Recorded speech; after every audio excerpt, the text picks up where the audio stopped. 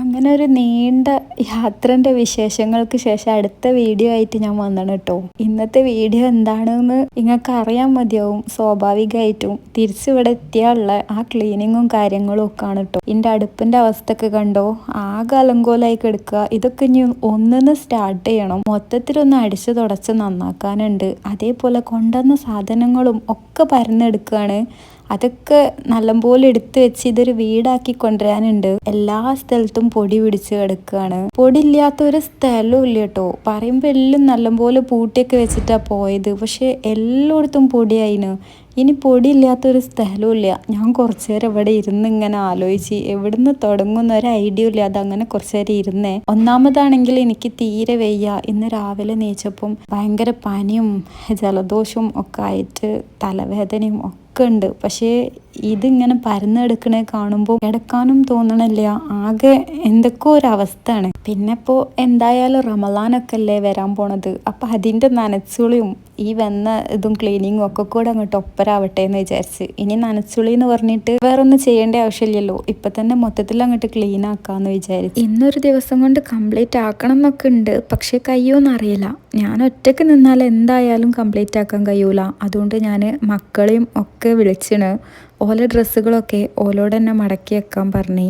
അത് ഒരു നല്ല നീറ്റാക്കി മടക്കിയൊക്കെ വെക്കും. എന്തായാലും നമ്മൾ മടക്കി വെക്കണേ അത്ര വൃത്തിയിൽ എന്തായാലും ആവൂല. പക്ഷെ ചില സമയത്ത് അത്ര പെർഫെക്റ്റ് ആവണം എന്ന് വിചാരിച്ച് നിന്നിട്ട് കാര്യമില്ല. പക്ഷെ ഞാൻ എപ്പോഴും ഓരോ ഡ്രസ്സുകളൊക്കെ തിരുമ്പി എടുത്ത് കൊണ്ടുവന്നാലും ഓല കൊണ്ട് തന്നെയാണ് മടക്കി വെപ്പിക്കല്. കാരണം ചെറുപ്പം മുതലേ കുട്ടികൾ അതൊക്കെ പഠിക്കണം. അല്ലാതെ എല്ലാം നമ്മൾ ഓർക്ക് ചെയ്തു കൊടുത്താൽ പിന്നെ ഒന്നും അറിയാത്ത മക്കളായി വളരുന്നതിനെക്കാട്ടി നല്ലത് ഓരോ കാര്യങ്ങൾ സ്വന്തമായിട്ട് ഓല് ചെയ്യാൻ പഠിക്കുന്നതല്ലേ നല്ലത്. അപ്പോൾ ഇങ്ങനെയുള്ള ഓരോ സ്വന്തമായിട്ടുള്ള പണികൾ, ഓരോ ഡ്രസ്സ് മടക്കി വെക്കൽ, ഓര് കിടന്ന് നീച്ച ബെഡൊക്കെ തട്ടി വിരിക്കുക, അങ്ങനത്തെ പണികളൊക്കെ ഓരെ കൊണ്ട് തന്നെ ചെയ്യിപ്പിക്കാം. ആദ്യമൊക്കെ ഭയങ്കര ബുദ്ധിമുട്ടേനി ഓർക്ക് ചെയ്യാൻ വേണ്ടിയിട്ട്. കാരണം ഞാൻ പറയുമ്പോൾ ഭയങ്കര മടിയും കാര്യങ്ങളൊക്കെ ഉണ്ട്. ഇപ്പൊ ഇങ്ങനെ കുറച്ച് ഇങ്ങനെ ശരിയായി വരുന്നുണ്ട്. ഇനി ഇവരിത് ചെയ്യുന്നതിനനുസരിച്ച് ഓർക്ക് അത് ഒരു ഡെയിലി റൂട്ടീൻ പോലാവും. പിന്നെ തീരെ ബുദ്ധിമുട്ടുണ്ടാവും. ചില അമ്മമാര് വിചാരിക്കും അല്ലാ എൻ്റെ മോന് അല്ലെങ്കിൽ മോള് ആരായാലും ഒക്കെ ചെയ്ത് എന്തിനാ എൻ്റെ കുട്ടീനെ കഷ്ടപ്പെടുത്തുന്നത്, എനിക്ക് ചെയ്യാനല്ലേ ഉള്ളൂ, ആ കുട്ടീനെ കൊണ്ട് അതൊന്നും ചെയ്യിപ്പിക്കണ്ട,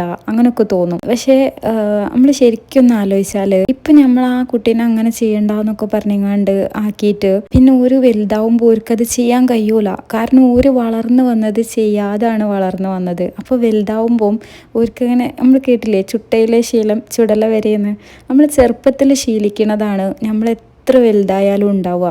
ആ ശീലം പിന്നീട് നമുക്ക് മാറ്റിയെടുക്കാൻ ഭയങ്കര ബുദ്ധിമുട്ടായിരിക്കും. ഇപ്പം ചെറുപ്പം മുതലേ ഉമ്മമാർ മക്കളെ ഈ ഒരു രീതിയിൽ വളർത്തിയാൽ ഓരോ പണികളൊക്കെ ഓരെ കൊണ്ട് തന്നെ അല്ലാതെ വീട്ടിലെ മൊത്തം പണിയും ഓരെ കൊണ്ട് എടുപ്പിക്കുക എന്നല്ല. ഓരോ പ്രായത്തിനനുസരിച്ചിട്ട് ഓർക്ക് ചെയ്യാൻ പറ്റുന്ന ജോലി ഓലെ കൊണ്ട് ചെയ്യിപ്പിക്കുക. അതിപ്പോൾ ആൺകുട്ടിയാണെങ്കിലും പെൺകുട്ടിയാണെങ്കിലും. ഞാനിവിടെ ആൺകുട്ടി പെൺകുട്ടി എന്നുള്ള വേർതിരിവൊന്നുമില്ല കേട്ടോ.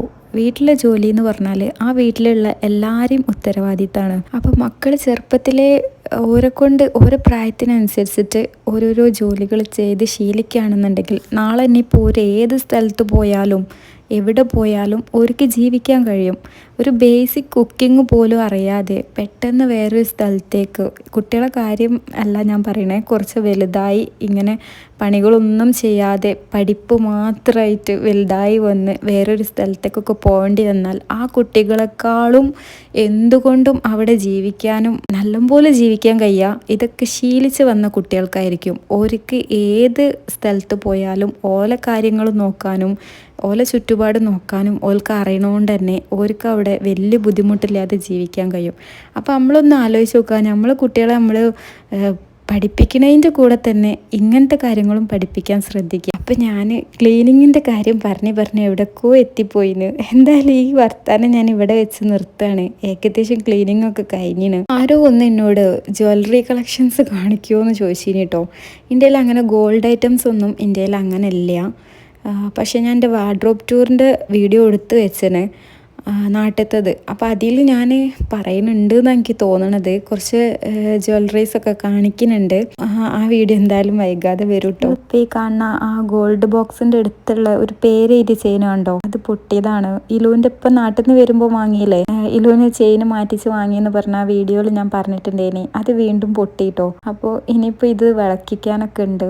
അതെങ്ങനെ പൊട്ടിയത് എനിക്കറിയില്ല. ഓള് പൊട്ടിച്ച് കണ്ട് എൻ്റെ കയ്യിൽ കൊണ്ടുപോയി തന്നതാണ്. അങ്ങനെ ഇലുവിൻ്റെതൊക്കെ ഞാൻ തന്നെ കേട്ടോ സെറ്റാക്കിയത്. ഓള് ചെറിയ കുട്ടിയല്ലേ, അപ്പോൾ ഓക്ക് ഇത് ശരിയാക്കാനൊന്നും കഴിയൂല. അപ്പോൾ മേലെ ഓളെ പുതിയതൊക്കെ ഇങ്ങനെ ഹാങ്കർമ തൂക്കി, താഴത്ത് ഇങ്ങനെ 2 ബോക്സിലാക്കിയിട്ടാണ് ഓളെ വീട്ടിൽ നിന്ന് ഇടുന്ന ഡ്രസ്സൊക്കെ വെച്ചത് കേട്ടോ. എന്തായാലും അത് വൃത്തിയായി. ഇത് അമ്മിമോൻ്റെ സെക്ഷനാണ്. ഇതൊക്കെ ഓൻ തന്നെയാണ് മടക്കി വെച്ചത്. വലിയ കുഴപ്പമില്ലാതെ മടക്കി വെച്ചിന്. ഭയങ്കരമായിട്ട് പെർഫെക്റ്റ് ആവണമെന്ന് ഞാൻ നേരത്തെ പറഞ്ഞ മാതിരി വിചാരിച്ചാൽ ശരിയാവൂല. ഇവരിങ്ങനെ മടക്കി മടക്കി തന്നെയാണ് പെർഫെക്റ്റ് ആവുക. ഒറ്റൊരു ദിവസം കൊണ്ട് നമുക്കൊന്നും ചെയ്യാൻ കഴിയില്ലല്ലോ. നമ്മളും ഇങ്ങനെ പഠിച്ചല്ലേ പെർഫെക്റ്റ് ആയത്. അപ്പോൾ ഇതിതാ ആദ്യൻ്റെതാണ്. ആദ്യൻ്റെ ഒക്കെ ഓൻ തന്നെയാണ് മടക്കി വെച്ചത്. അപ്പോൾ ഏതായാലും മടക്കി വെക്കലും ക്ലീനിങ്ങും എല്ലാം കഴിഞ്ഞിന്. അപ്പോൾ നമ്മളിവിടെ ക്ലീനിങ്ങും ഇതൊക്കെ ചെയ്യണതിൻ്റെ ഇടയിൽ കൂടെ അടുക്കളയിൽ ഇക്കാക്ക് ഫുഡൊക്കെ ഉണ്ടാക്കിന് കേട്ടോ. എന്താ ഉണ്ടാക്കിയതെന്നൊന്നും അറിയില്ല. അപ്പം ഞാനിതാ ഇപ്പോഴാണ് വന്ന് നോക്കണത് എന്താ ഉണ്ടാക്കിയത് എന്നുള്ളത്. സിമ്പിൾ ലഞ്ചാണ് ഇന്ന് ഉണ്ടാക്കിയത്.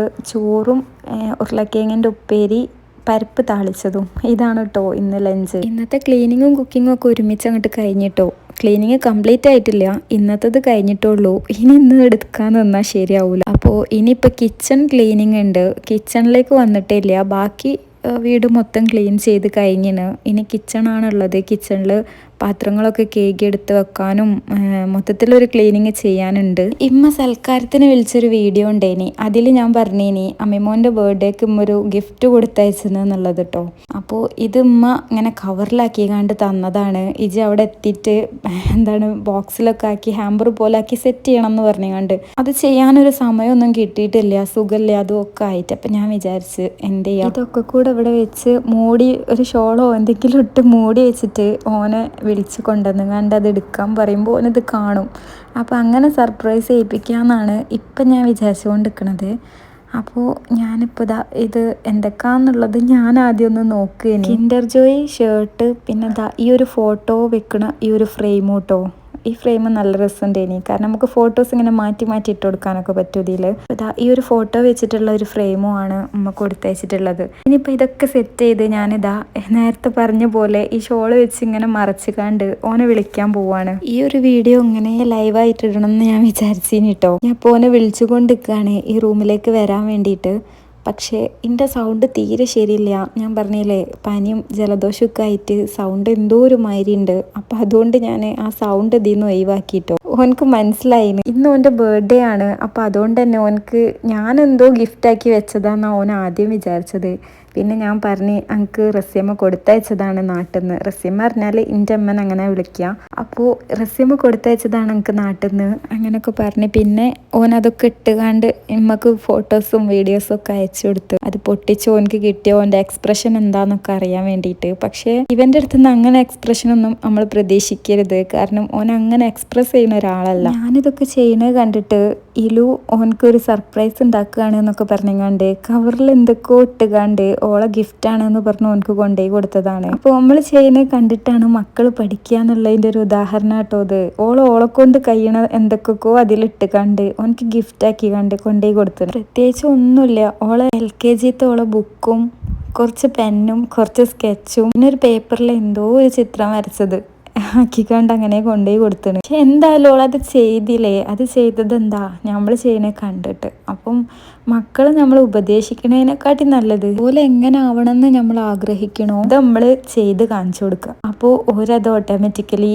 ഓലും അങ്ങനെ ചെയ്തോളും. ഞാൻ പറഞ്ഞ് ഇന്ന് മൊത്തൊരു മോട്ടിവേഷൻ വ്ളോഗായി പോയോ അത്. ഇനിയിപ്പോൾ ഇക്കാക്ക് കുറച്ച് പെർഫ്യൂംസ് ഓർഡർ ചെയ്തീനി, അത് വന്നിന്. അപ്പോൾ അത് അൺബോക്സ് ചെയ്യാട്ടോ. ഇത് എൻ്റെ മുന്നത്തെ വീഡിയോ കണ്ടോൽക്ക് അറിയാം. ഇക്കാക്കിൻ്റെ കുറേ പെർഫ്യൂം കളക്ഷൻസ് ഉണ്ട്. ഭയങ്കര ഇഷ്ടമാണ് ഇക്കാക്ക് പെർഫ്യൂംസ് ഒക്കെ ഇങ്ങനെ ഓരോരോ ബ്രാൻഡിൻ്റെ വാങ്ങിയിട്ട് കളക്ട് ചെയ്ത് വെക്കണത്. ആരോ ഒരാൾ കമൻറ്റ് ചെയ്തീനി ഇപ്പോഴൊന്നല്ല കുറേ മുന്നേ പെർഫ്യൂം കളക്ഷൻസ് കാണിക്കാൻ വേണ്ടിയിട്ട്. ഞാനിതുവരെ ആ വീഡിയോ ചെയ്തിട്ടില്ല. എന്തായാലും അതും ചെയ്യാട്ടോ. അപ്പോൾ ഇന്നത്തെ ഈ വ്ളോഗ് എല്ലാവർക്കും ഇഷ്ടപ്പെട്ടു എന്ന് വിചാരിക്കുന്നു.